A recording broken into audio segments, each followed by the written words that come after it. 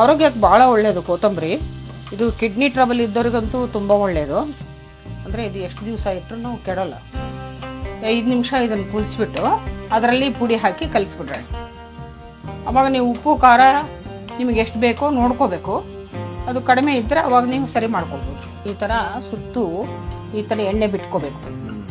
ಈ ಎಣ್ಣೆ ಬಿಟ್ಕೊಂಡಾಗ ಅದು ಕರೆಕ್ಟ್ ಆಗಿದೆ ಅಂತ ಅರ್ಥ. ಅಷ್ಟು ಚೆನ್ನಾಗಿ ರುಚಿಯಾಗಿ ಕೊತ್ತಂಬರಿ ಹದವಾಗಿದೆ.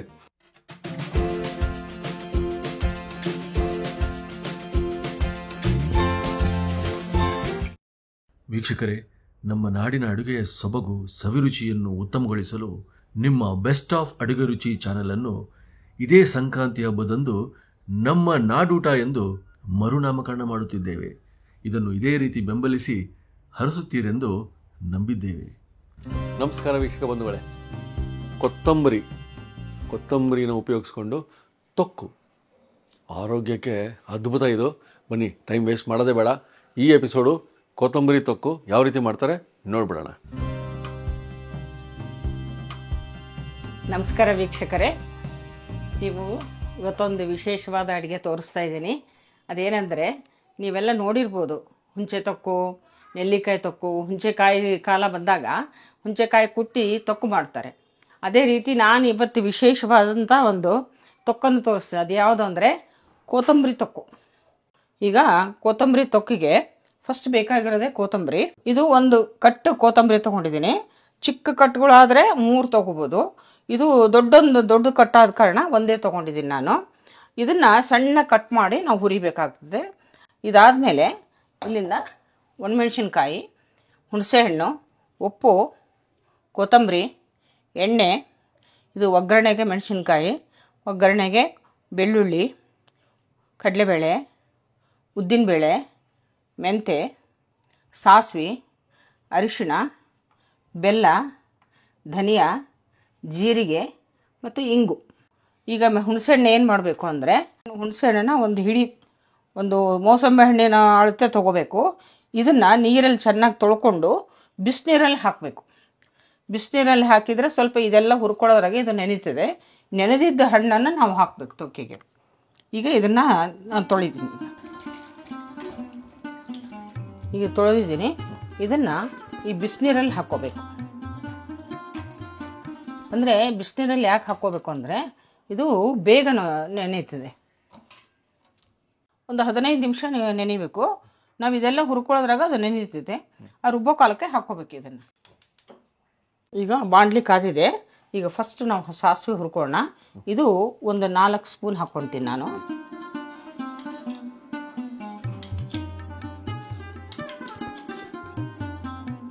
ಇದು ಚಟ ಅಂತೂ ಹುರಿದ ಮೇಲೆ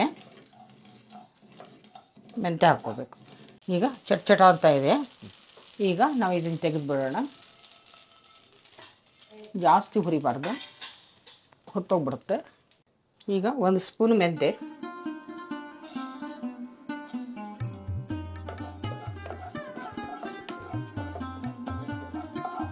1 ಸ್ಪೂನು ಇದನ್ನು ಹಾಕ್ತೀನಿ ನಾನು, ಧನಿಯಾ,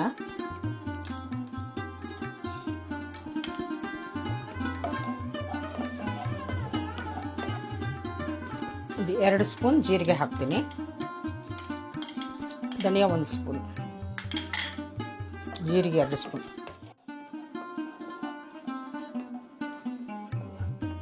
ಜೀರಿಗೆ, ಧನಿಯಾ, ಮೆಂತೆ ಎಲ್ಲ ಹುರಿದಿದೆ. ಈಗ ತೊಗೊಂಬಿಡೋಣ.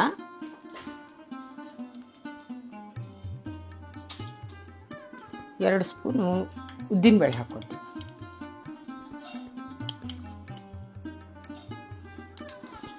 ಒಂದು ಸ್ಪೂನು ಕಡಲೆಬೇಳೆ, ಇವನು ಹುರ್ಕೋಬೇಕು. ಕೆಂಪಾಗಿದೆ. ಈಗ ಮೆಣಸಿನ್ಕಾಯಿ ಹುರ್ಕೋಬೇಕು. ಒಂದು ಸ್ವಲ್ಪ ಎಣ್ಣೆ ಹಾಕ್ಕೋಬೇಕು ಅಷ್ಟೇ. ಎಷ್ಟು ಮೆಣಸಿನ್ಕಾಯಿ? ಒಂದು 8-10 ಇದಾವೆ ಮೆಣಸಿನ್ಕಾಯಿ. ಬ್ಯಾಡಗಿ ಮೆಣಸಿನ್ಕಾಯಿ. ಜಾಸ್ತಿ ಖಾರ ಬೇಕು ಅಂದ್ರೆ ಗುಂಟೂರು ಮೆಣಸಿನ್ಕಾಯಿ ಹಾಕೋಬೋದು. ಗುಂಟೂರು ಮೆಣಸಿನ್ಕಾಯಿ ತುಂಬ ಖಾರ ಇರುತ್ತೆ, ಅದಕ್ಕೆ ನಾನು ಬ್ಯಾಡಗಿ ಮೆಣಸಿನ್ಕಾಯಿ ಹಾಕಿದ್ದೀನಿ. ಖಾರ ತಿನ್ನೋರು ಗುಂಟೂರು ಮೆಣಸಿನ್ಕಾಯಿ ಹಾಕೋಬೋದು. ಒಂದು 10 ಹಾಕೋಬೇಕು. ಈ ಥರ ಕೆಂಪು ಹುರ್ಕೋಬೇಕು. ತೆಗಿತೀನಿ ಈಗ.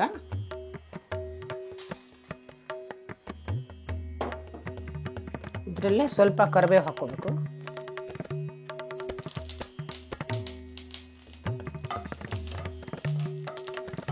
ಈಗ ಬಾಡಿದೆವು ಇಲ್ಲ ಪುಡಿ ಪುಡಿ ಆಗ್ತವೆ. ಇನ್ನು ತೆಗೆದುಬಿಡೋಣ. ಈಗ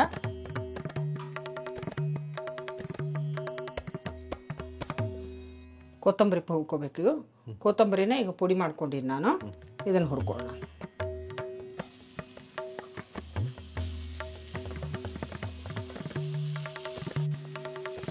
ಈಗ 2 ಸ್ಪೂನಷ್ಟು ಎಣ್ಣೆ ಹಾಕೊಳ್ಳೋಣ.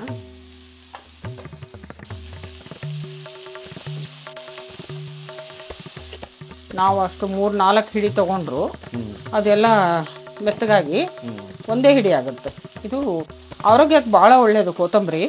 ಇದು ಕಿಡ್ನಿ ಟ್ರಬಲ್ ಇದ್ದವ್ರಿಗಂತೂ ತುಂಬ ಒಳ್ಳೆಯದು. ಇದ್ರದ್ದು ಬೇರೆಲ್ಲ ತೊಳೆದ್ಬಿಟ್ಟು ಬೆಳಿಗ್ಗೆ ಕುದಿಸಿ ಅದರ ನೀರು ಕುಡಿತಾರೆ. ಕಿಡ್ನಿಗೆ ಭಾಳ ಒಳ್ಳೆಯದು. ಮತ್ತು ಅದು ಇದ್ರ ಬೀಜನೂ ರಾತ್ರಿ ತೊಳೆದು ನೀರಲ್ಲಿ ನೆನೆ ಇಟ್ಟು ಆ ಬೀಜ ತೆಗೆದು ಬೆಳಿಗ್ಗೆ ನೀರು ಕುಡಿತಾರೆ. ಆದರೆ ಇದರಲ್ಲಿ ಎಷ್ಟೊಂದು ಔಷಧ ಇದೆ ಅನ್ನೋದು ಈಗ ಗೊತ್ತಾಗಿದೆ. ಈಗ ಔಷಧಕ್ಕೆ ತುಂಬ ಉಪಯೋಗಿಸ್ತಾರೆ ಇದನ್ನು ಕೊತ್ತಂಬರಿನ. ಈಗ ನೋಡಿ 4 ಹಿಡಿ ಇದ್ದಿದ್ದು 1 ಹಿಡಿಯಷ್ಟಾಗಿದೆ. ಈಗ ಇಷ್ಟು ಬರೋವರೆಗೂ ಇದರ ನೀರಿನ ಅಂಶ ಕಡಿಮೆ ಆಗೋವರೆಗೂ ನಾವು ಹುರ್ಕೋಬೇಕು. ಅಂದರೆ ಇದು ಎಷ್ಟು ದಿವಸ ಇಟ್ಟರು ನಾವು ಕೆಡೋಲ್ಲ. ಈಗ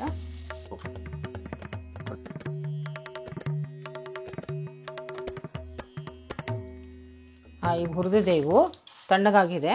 ಈಗ ಇದಕ್ಕೆ ಸ್ವಲ್ಪ ಹಿಂಗೆ ಹಾಕೋಣ ನಾವು. ಹಿಂಗೆ 1 ಸ್ಪೂನ್ ಹಿಂಗೆ ಹಾಕಬೇಕು. ಹುರಿಯೋದು ಬೇಕಾಗಿಲ್ಲ.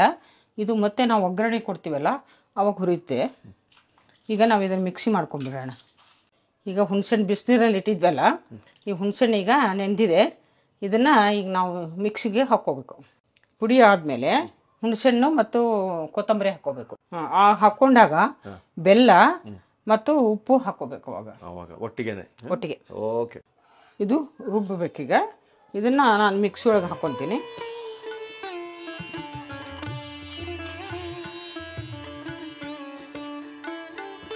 ಇದನ್ನ ರುಬ್ತೀನಿ. ಈಗ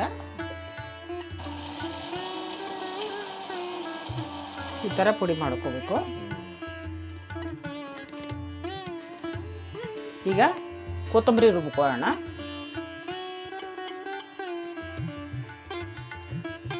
ಇದಕ್ಕೆ ನಾವು ಬೆಲ್ಲ ಹಾಕೋಣ. ನಾವು ಹುಣಸೆಹಣ್ಣು ಎಷ್ಟು ತೊಗೊಂಡಿರ್ತೀವೋ ಅದರ ಅರ್ಧ ಬೆಲ್ಲ ತೊಗೋಬೇಕು. ಈ ಹುಣಸೆಹಣ್ಣು ಒಂದು 100 ಗ್ರಾಮ್ನಷ್ಟು ತೊಗೊಂಡೀನಿ. ಒಂದು ಮೋಸಂಬಿ ಹಣ್ಣಿನಷ್ಟು. 50 ಗ್ರಾಮ್ ಬೆಲ್ಲ ಇದೆ. ಕಿವುಚಿದ್ದ ನೀರು ಹುಳಿ ಇದು ಅದು ಇರಬೇಕು. ಇದಕ್ಕೆ ಉಪ್ಪು ಹಾಕ್ಬಿಡೋಣ. ಉಪ್ಪು 1 ಸ್ಪೂನಷ್ಟು ಸಾಕು. ಆಮೇಲೆ ನೀವು ಬೇಕಾದರೆ ನೋಡ್ಕೊಂಡು ಹಾಕೋಬೇಕು.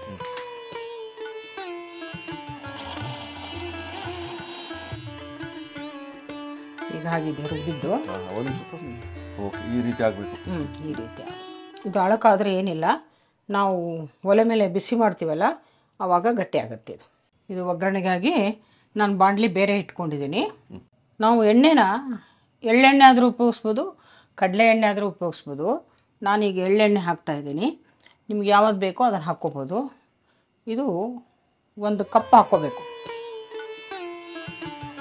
100 ml ಇರ್ಬೋದು ಇದು. ಈಗ ಎಣ್ಣೆ ಕಾದಿದೆ. ನಾವು ಸಾಸಿವೆ ಹಾಕೋಣ. ಇದಾದಮೇಲೆ 1 ಚಮಚ ಜೀರಿಗೆ ಹಾಕೋಣ. ಸ್ವಲ್ಪ ಉದ್ದಿನಬೇಳೆ, ಕಡಲೆಬೇಳೆ ಹಾಕೋಣ. ಫ್ಲೇವರ್ ಅಷ್ಟೇ.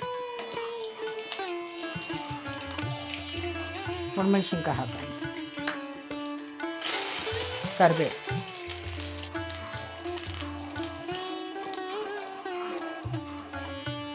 ಇದರಲ್ಲೇ ಅರಿಶಿನ ಹಾಕ್ಬಿಡೋಣ. ಬೆಳ್ಳುಳ್ಳಿ ಹಾಕೋಣ. ಬೆಲ್ಲ ಬೆಂದಿದೆ. ಇದು ರುಬ್ಬಿರ್ತೀವಲ್ಲ ಇದನ್ನು ಇದಕ್ಕೆ ಸುರ್ಕೊಂಡ್ಬಿಡೋಣ.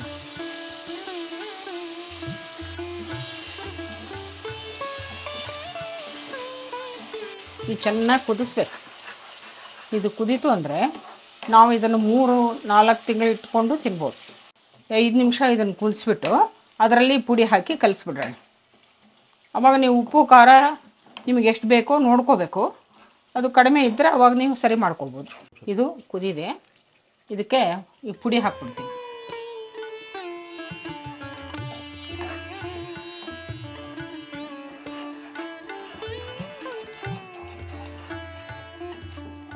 ತಿರುಗಿಸ್ತಾ ಇರಬೇಕು. ಹಾಂ, ತಿರುಗಿಸ್ತಾ ಇರಬೇಕು. ಎಷ್ಟೊತ್ತಿದು?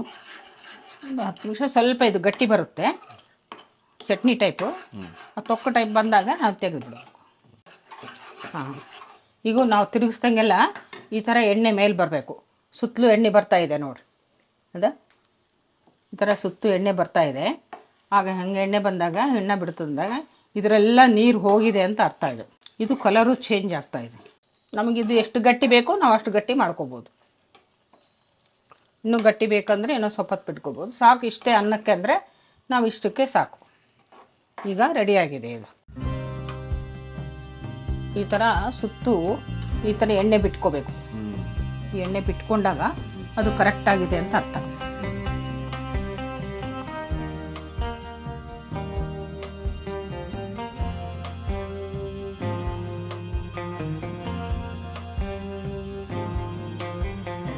ಕೊತ್ತಂಬರಿ ತೊಕ್ಕು ರೆಡಿಯಾಗಿದೆ. ಇದನ್ನು ಬಿಸಿ ಬಿಸಿ ಅನ್ನಕ್ಕೆ ತಿನ್ಬೋದು, ಇಡ್ಲಿ ದೋಸೆಗೂ ಹಾಕ್ಕೋಬೋದು. ಆದರೆ ಬಿಸಿ ಅನ್ನ ತುಪ್ಪಕ್ಕೆ ಮಾತ್ರ ಭಾಳ ವಿಶೇಷವಾಗಿ ರುಚಿ ಕೊಡುತ್ತೆ. ಕೊತ್ತಂಬರಿ ತೊಕ್ಕಿನ ವಿಶೇಷತೆ ಪರಿಮಳನೇ ಬೇರೆ. ಓಕೆ, ಅನ್ನ ಹಾಕ್ಕೊಳ್ತೀನಿ. ತೊಕ್ಕನ್ನು ಈ ಸರಿ ನಾವು ಅನ್ನದಲ್ಲಿ ತಿನ್ನೋಣ ಅಂತ ನಮ್ಮ ತೊಕ್ಕು ಬೆಳ್ಳುಳ್ಳಿ ಒಟ್ಟಿಗೆ ನಾನು ಹಾಕ್ಕೊಳ್ತೀನಿ ಇಲ್ಲಿ ಸೈಡ್ಗೆ. ತೊಕ್ಕಿಂದು ಆಗಲೇ ನಮಗೆ ಘಮ ಬರ್ತಾ ಇದೆ. ಸ್ವಲ್ಪ ತೊಕ್ಕನ್ನು ಮೆತ್ತಗೆ ಹಂಗೆ ಆಹಾ ಒಂದು ಗುಳುಮ್ ಅನ್ಸ್ಬಿಡ್ತೀನಿ ಇವಾಗ. ಅನ್ನದೊಟ್ಟಿಗೆ ನಮ್ಮ ಕೊತ್ತಂಬರಿ ತೊಕ್ಕು ಹೆಂಗಿರ್ಬೋದು.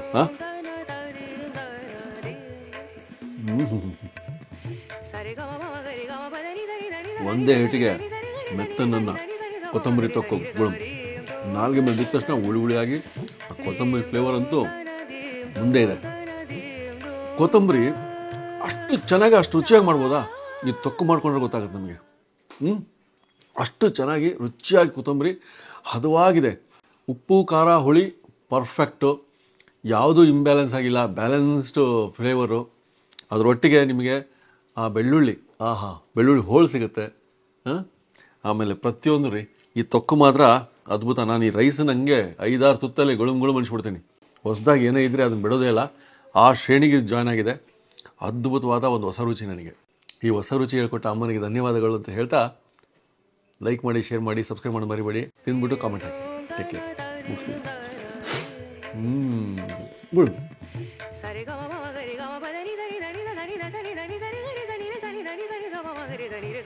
ಇನ್ನೂ ಅನೇಕ ಸ್ವಾದಿಷ್ಟ ರೆಸಿಪಿಗಳಿಗಾಗಿ ಸಬ್ಸ್ಕ್ರೈಬ್ ಮಾಡುವುದನ್ನು ಮರೆಯಬೇಡಿ.